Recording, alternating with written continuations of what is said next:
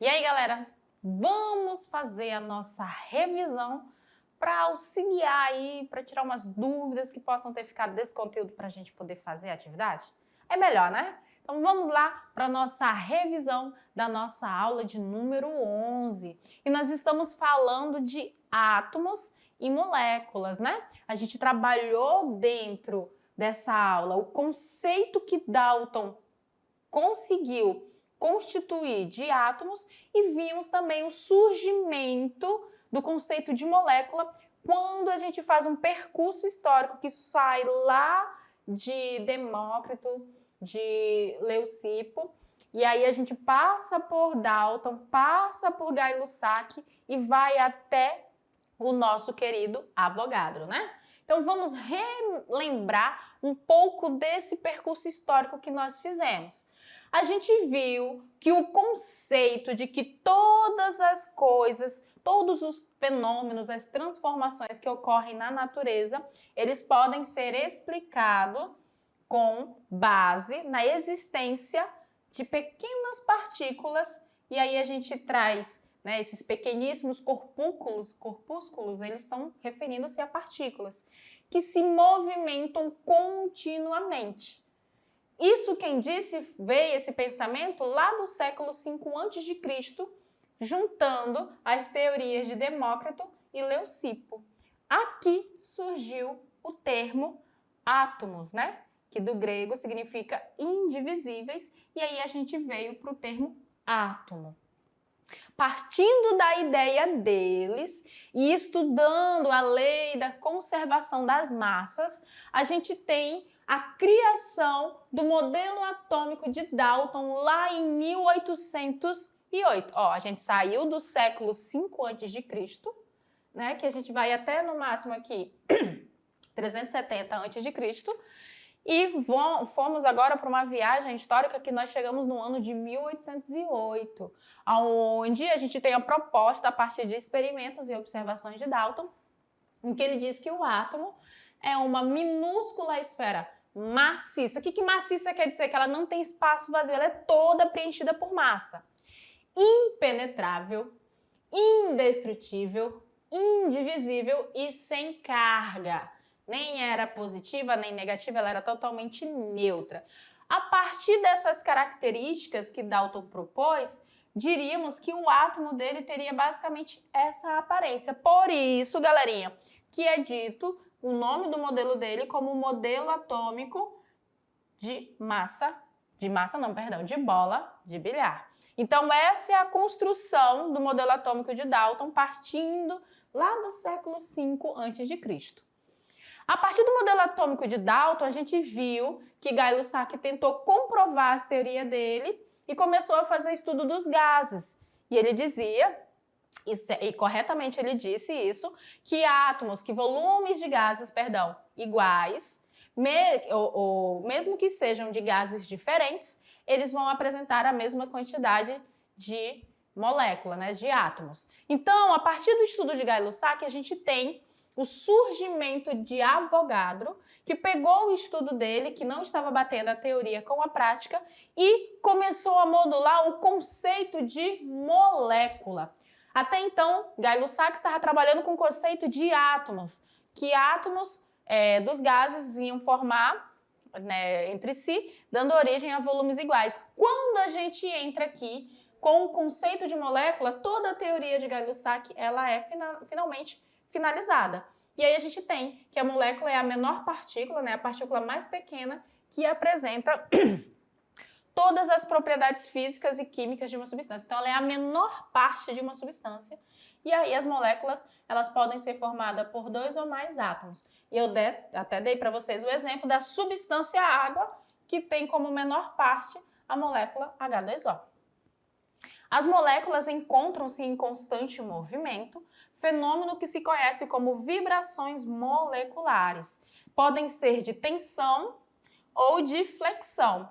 Os seus átomos mantêm-se unidos por fato de compartilharem ou trocarem elétrons. Então, galerinha, agora vocês vão lá fazer a atividade de sala de vocês. Eu vou aguardar os senhores aqui para a gente fazer a nossa correção juntos e tirar as possíveis dúvidas que possam ter surgido. E eu já até sei a questão que vocês vão ter dúvida, mas vamos guardar para nossa correção. Então, vamos lá, façam a atividade de vocês e eu volto já já.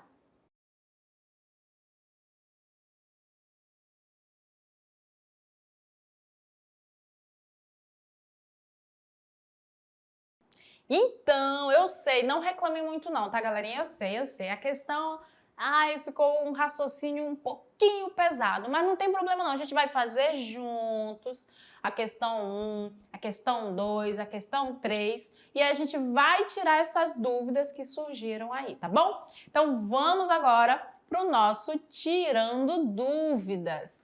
Na questão de número 1, olha só, a questão de número 1, ela está totalmente voltada para aquela definição que o Gay-Lussac tentou comprovar da teoria de Dalton.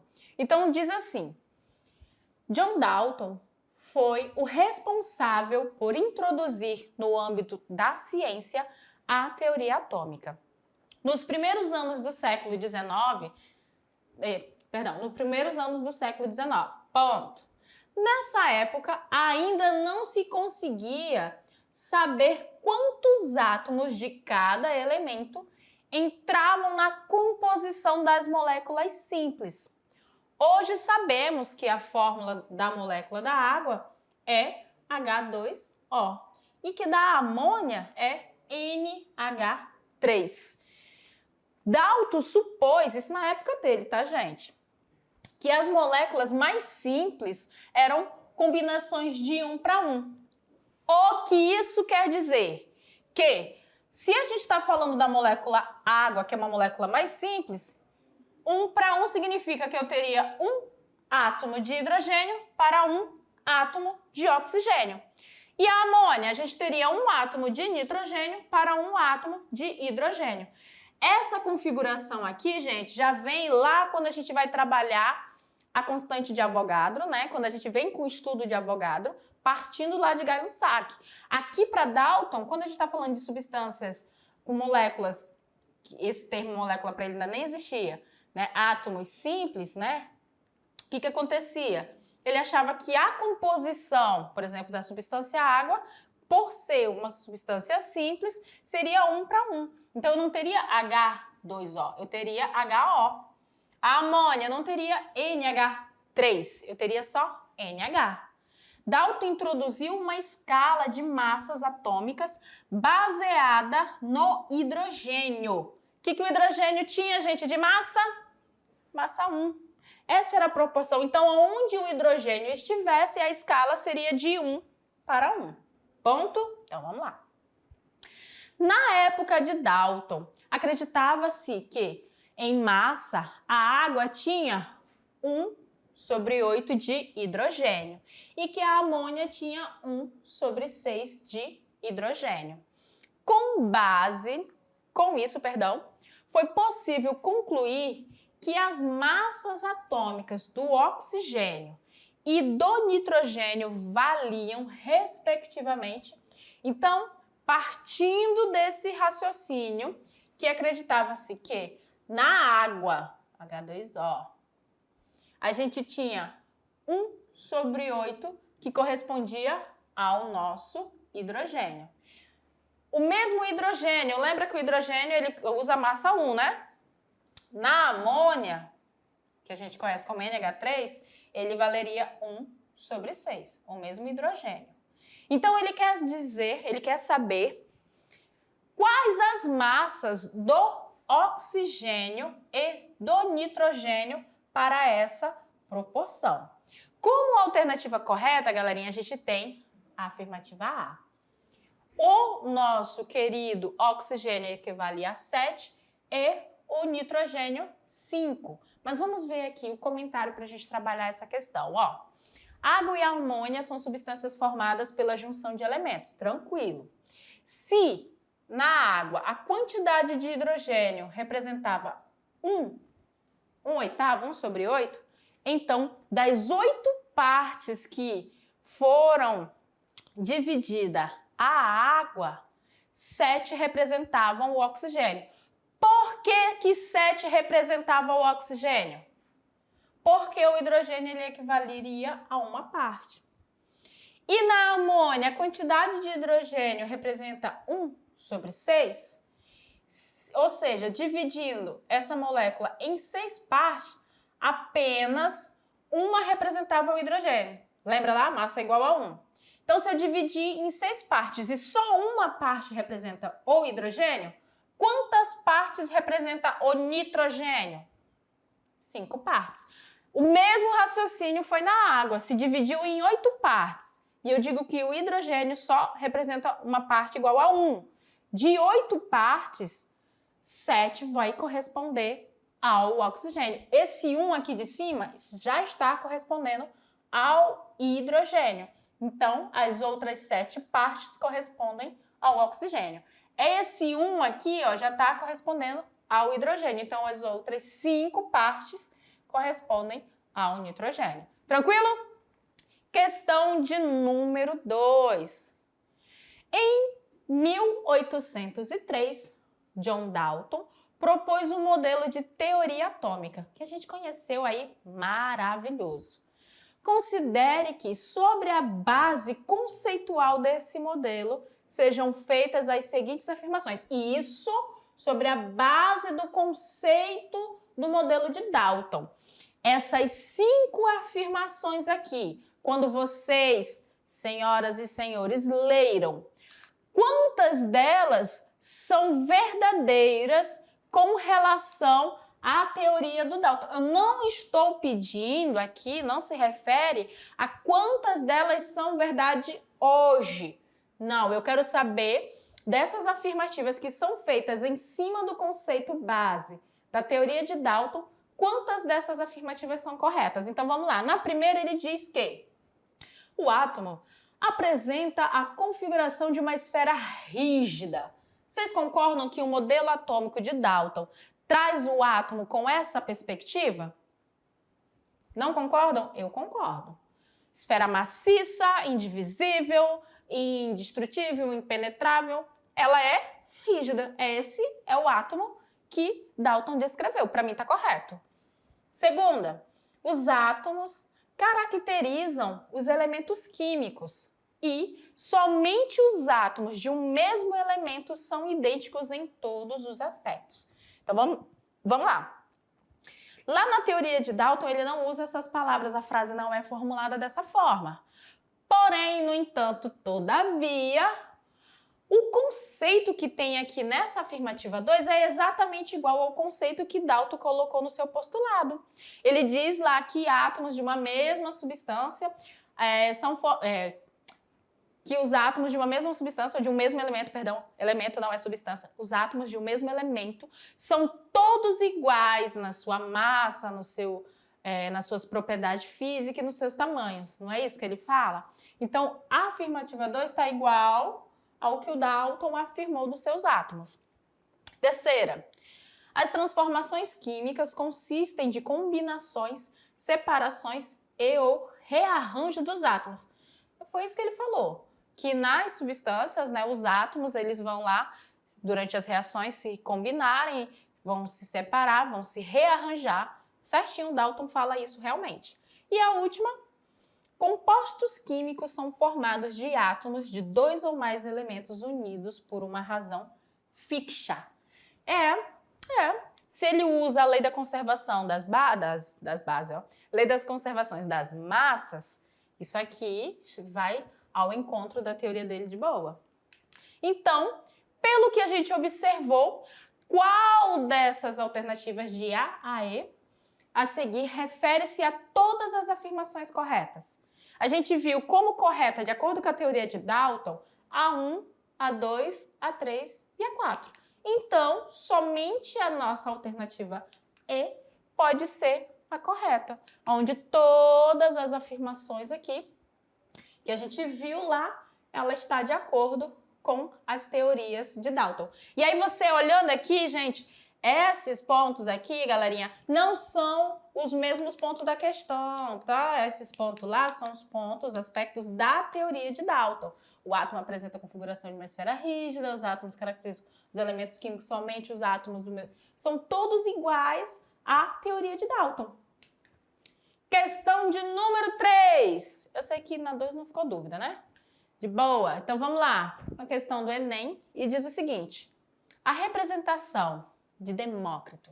Demócrito, lembra lá? Primeira lâmina do nosso slide, onde ele tem a intenção, lá junto com o Leucipo, de estudar a matéria, e eles falam que todas as transformações da natureza ocorrem pela presença de partículas minúsculas, né? Beleza. É semelhante à de Anaxágoras, na medida em que infinitamente múltiplo é a origem, mas nele a determinação dos princípios fundamentais aparece de maneira tal que contém aquilo que para o que foi formado não é. Absolutamente o aspecto simples para si. Por exemplo, partículas de Kami ou de ouro seriam princípios que, através de sua concentração, formam aquilo que aparece como figura. O texto faz uma apresentação crítica acerca do pensamento de Demócrito, segundo o qual o princípio constitutivo das coisas estava representado pelo ou pela número que fundamenta a criação dos deuses. Demócrito ele estava ainda no raciocínio dos deuses, na crença de deuses. Vamos lá no início da aula. Aqui a gente estava entrando no racionalismo, então a letra A de cara não entra. Representado pelo devir, que simboliza a constante movimentação dos objetos. Gente, o devir é uma filosofia, não necessariamente, não confundam quando ele bota aqui no constante movimento dos objetos, porque não está se referindo ao constante movimento dos átomos, das partículas, tá? Não é a nossa letra B. C. Está representada pela água que expressa a causa material da origem do universo.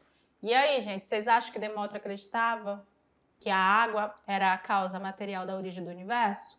Não, né, galera? D. Imobilidade, que sustenta a existência do ser atemporal. Imobilidade.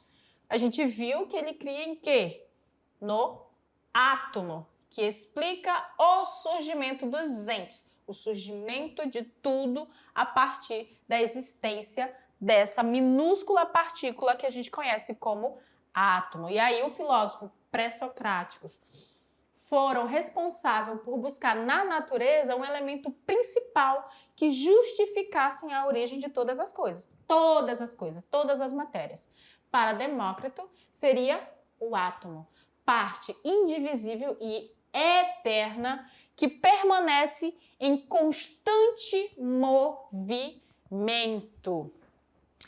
E aí, galera, gostaram dessa viagem no tempo, onde a gente pôde falar um pouco sobre como que surgiu esse conceito de átomos, de elementos, de moléculas e entender os principais pensadores que foram evoluindo a nossa tão querida e amada ciência química. Lembrando que nessa época, ali nos nossos pré-socráticos, ainda não existia esse conceito de ciência, de química, física, não. Eles estavam ainda tentando explicar os fenômenos que eles observavam na natureza.